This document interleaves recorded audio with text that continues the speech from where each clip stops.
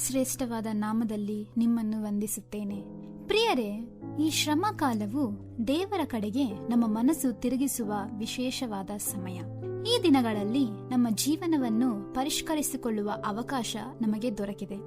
ನಾವು ಆತ್ಮೀಯವಾಗಿ ಬೆಳೆಯಲು ದೇವರನ್ನು ಹುಡುಕುವ ಕಾಲವಾಗಿದೆ. ಈ ದಿನ ದೇವರು ನಮಗೆ ಹೇಳಬಯಸುವುದೇನೆಂಬುದನ್ನು ಕೇಳೋಣ. ನಿಜವಾದ ಪಶ್ಚಾತ್ತಾಪ ನಮ್ಮ ಜೀವನದಲ್ಲಿ ಇದೆಯಾ?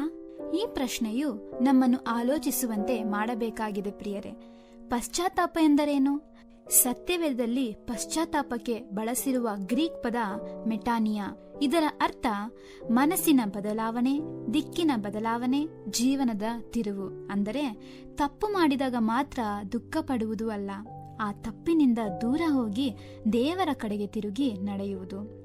ಅಪೊಸ್ತಲರ ಕೃತ್ಯಗಳು 3ನೇ ಅಧ್ಯಾಯ 19ನೇ ವಚನದಲ್ಲಿ, ಆದುದರಿಂದ ನಿಮ್ಮ ಪಾಪಗಳು ಅಳಿಸಲ್ಪಡುವಂತೆ ನೀವು ಮಾನಸಾಂತರ ಪಟ್ಟು ತಿರುಗಿಕೊಳ್ಳಿರಿ, ಆಗ ಕರ್ತನ ಸನ್ನಿಧಾನದಿಂದ ನಿಮಗೆ ವಿಶ್ರಾಂತಿ ಕಾಲಗಳು ಒದಗುವವು. ನಿಜವಾದ ಪಶ್ಚಾತ್ತಾಪ ನಿಮಗೆ ಏಕೆ ಅಗತ್ಯವಾಗಿದೆ? ನಾವೆಲ್ಲರೂ ಕೆಲವೆಡೆ ತಪ್ಪುತ್ತೇವೆ, ಆಲೋಚನೆ, ಮಾತು, ವರ್ತನೆ, ಸಂಬಂಧಗಳಲ್ಲಿ. ದೇವರು ನಮ್ಮನ್ನು ದಂಡಿಸಲು ಬಯಸುವವನಲ್ಲ, ನಮ್ಮನ್ನು ಶುದ್ಧಗೊಳಿಸಿ ಪುನಃ ಕಟ್ಟುವ ದೇವರಾಗಿದ್ದಾರೆ. 1 ಯೋಹಾನ 1ನೇ ಅಧ್ಯಾಯ 9ನೇ ವಚನದಲ್ಲಿ ಹೀಗೆ ಬರೆಯಲ್ಪಟ್ಟಿದೆ, ನಾವು ನಮ್ಮ ಪಾಪಗಳನ್ನು ಅರಿಕೆ ಮಾಡಿದರೆ ಆತನು ನಂಬಿಗಸ್ತನೂ ನೀತಿವಂತನೂ ಆಗಿರುವುದರಿಂದ ನಮ್ಮ ಪಾಪಗಳನ್ನು ಕ್ಷಮಿಸಿಬಿಟ್ಟು ಸಕಲ ಅನೀತಿಯಿಂದ ನಮ್ಮನ್ನು ಶುದ್ಧ ಮಾಡುವನು. ಸತ್ಯವೇದದಲ್ಲಿ ತಪ್ಪಿ ಹೋದ ಮಗನನ್ನ ಕುರಿತು ನೋಡುವುದಾದರೆ ಅಲ್ಲಿ ನಿಜವಾದ ಪಶ್ಚಾತ್ತಾಪವನ್ನು ಕಾಣಬಹುದಾಗಿದೆ.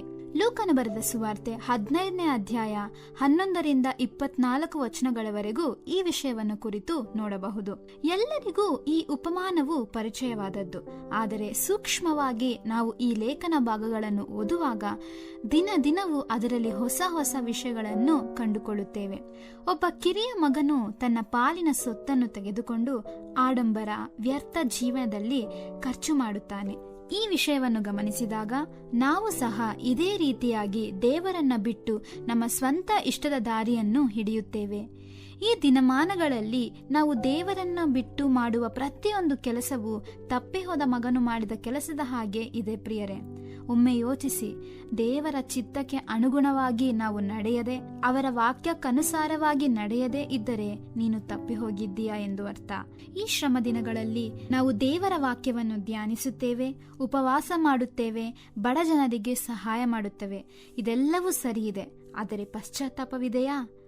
ಹಳೆ ಒಡಂಬಡಿಕೆಯಲ್ಲಿ ಅನೇಕರು ತಪ್ಪು ಮಾಡಿದಾಗ ಅಥವಾ ದೇವರ ಚಿತ್ತಕ್ಕೆ ವಿರೋಧವಾಗಿ ಕಾರ್ಯ ಮಾಡಿದಾಗ ಅವರು ಉಪವಾಸವಿದ್ದು ಗೋಣಿಚೀಲವನ್ನು ಕಟ್ಟಿಕೊಂಡು ಬೂದಿಯಲ್ಲಿ ತಮ್ಮ ಮುಖಗಳನ್ನು ಇಟ್ಟು ನಿಜವಾದ ಪಶ್ಚಾತ್ತಾಪವನ್ನು ಪಡೆಯುತ್ತಿದ್ದರು. ಪ್ರಿಯರೇ, ಅದೇ ರೀತಿಯಾಗಿ ನಾವು ಸಹ ದೇವರ ಸನ್ನಿಧಾನದಲ್ಲಿ ಪಶ್ಚಾತ್ತಾಪ, ಅದು ನಿಜವಾದ ಪಶ್ಚಾತ್ತಾಪದಿಂದ ನಮ್ಮ ಮನಸ್ಸನ್ನು ರೂಪಾಂತರಗೊಳಿಸಬೇಕು. ಹೀಗೆ ಒಂದು ದಿನ ಆ ಮಗನ ಜೀವನವು ನೆಲಕ್ಕೆ ಉರುಳುತ್ತದೆ. ಸ್ನೇಹಿತರು ಬಿಡುತ್ತಾರೆ, ಆಹಾರವೂ ಇಲ್ಲ. ಆಗ ಅವನು ತನ್ನೊಳಗೆ ಯೋಚಿಸುತ್ತಾನೆ, ನಾನು ತಂದೆಯ ಮನೆಗೆ ಹಿಂದಿರುಗಬೇಕು. ಈ ಯೋಚನೆಯೇ ಪಶ್ಚಾತ್ತಾಪದ ಮೊದಲ ಹೆಜ್ಜೆ. ತಪ್ಪನ್ನು ಅರಿತು ಹೃದಯದಲ್ಲಿ ಮಾನಸಾಂತರ ಹೊಂದಬೇಕು.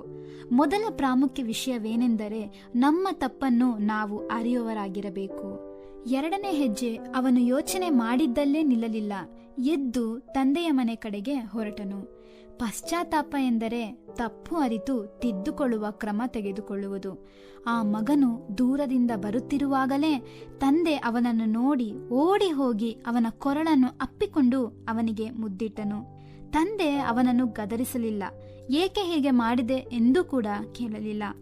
ಆ ತಂದೆ ಹೇಳಿದ್ದೇನು?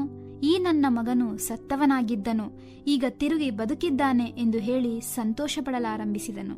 ಹೀಗೆ ಪ್ರಿಯರೇ, ನಮ್ಮ ಜೀವನದಲ್ಲಿ ದೇವರ ಸಮ್ಮುಖದಿಂದ ದೂರ ಹೋದವರಾಗಿ ಇದ್ದರೆ ಪಾಪವನ್ನ ಅರಿತು ಕ್ಷಮೆಯನ್ನ ಕೇಳಿ ನಿಜವಾದ ಪಶ್ಚಾತ್ತಾಪವನ್ನು ಪಡೆಯಬೇಕು.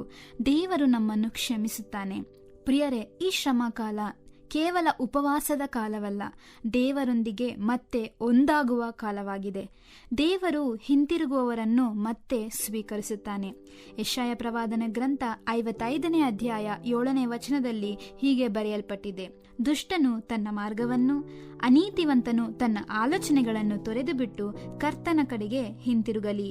ಪ್ರಿಯರೇ, ನಾವು ದೂರವಾಗಿದ್ದರೂ ತಪ್ಪಿದ್ದರೂ ದೇವರ ಮನೆಗೆ ಹಿಂತಿರುಗುವ ಕ್ಷಣದಲ್ಲಿ ಸ್ವೀಕಾರ, ಪ್ರೀತಿ, ಹೊಸ ಜೀವನ ನಮ್ಮನ್ನು ಎದುರುಗೊಳ್ಳುತ್ತದೆ. ದೇವರು ನಿಮ್ಮನ್ನು ಆಶೀರ್ವದಿಸಲಿ. ಆಮೇನ್.